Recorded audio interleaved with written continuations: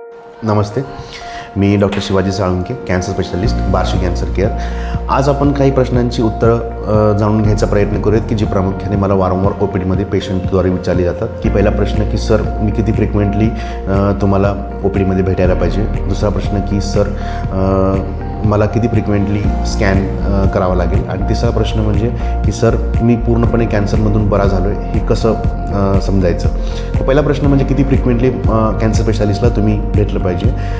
ज्या पेशंटची सर्जरी झालेली आहे अथवा सर्जरीनंतर रेडिएशन अथवा किमोथेरपी कंप्लीट झालेली आहे अशा पेशंटनी पहिले 2 वर्ष 3 मंथली म्हणजे प्रत्येक 3 महिन्याला जाऊन भेटणं गरजेचं आहे. त्याच्यानंतर ज्यावेळेस तुमचे 2 वर्ष पूर्ण होतात त्या 2 वर्षानंतर ही जर काही आजार वापस न आलेले असेल तर ही फ्रिक्वेन्सी वाढून 6 मंथली फॉर नेक्स्ट 3 इयर्स म्हणजे टोटल 5 वर्षाचा फॉलोअप तुमचा कॅन्सर स्पेशालिस्टकडे राहतो.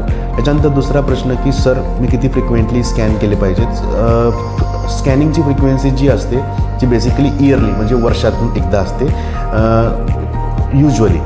मग दॅट कॅन व्हॅरी ऑल्सो. म्हणजे काय की बाबा एखाद्या पेशंटला ट्रीटमेंट झाल्यानंतर जर असे काही सिम्पटम्स किंवा असे काही ह्याच्यामध्ये आपल्याला आढळले सिम्पटम्स सायन्स की बाबा कॅन्सर आजार परत आलेला आहे, अशा पेशंटला आपण इन बिटवीन स्कॅन करून घेतो. अदरवाईज 1 वर्ष पूर्ण झाल्यानंतर रुटीन आपण रेग्युलर स्कॅन करून घेतो. त्याच्यामध्ये आपण बघतो की बाबा आजार वापस आलेला नाही आहे आणि नसेल आजार आलेला तर आपण नेक्स्ट फ्रिक्वेन्सी फॉलोअपची वाढवतो.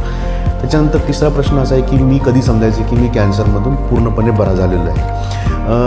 5 वर्षाचा तुमचा रेग्युलर फॉलोअप झाल्यानंतर तुम्हाला कॅन्सर क्युअर्ड किंवा कॅन्सर फ्री डिक्लेरेशन सर्टिफिकेट तुम्हाला तुमच्या कॅन्सर स्पेशालिस्टकडून मिळतं.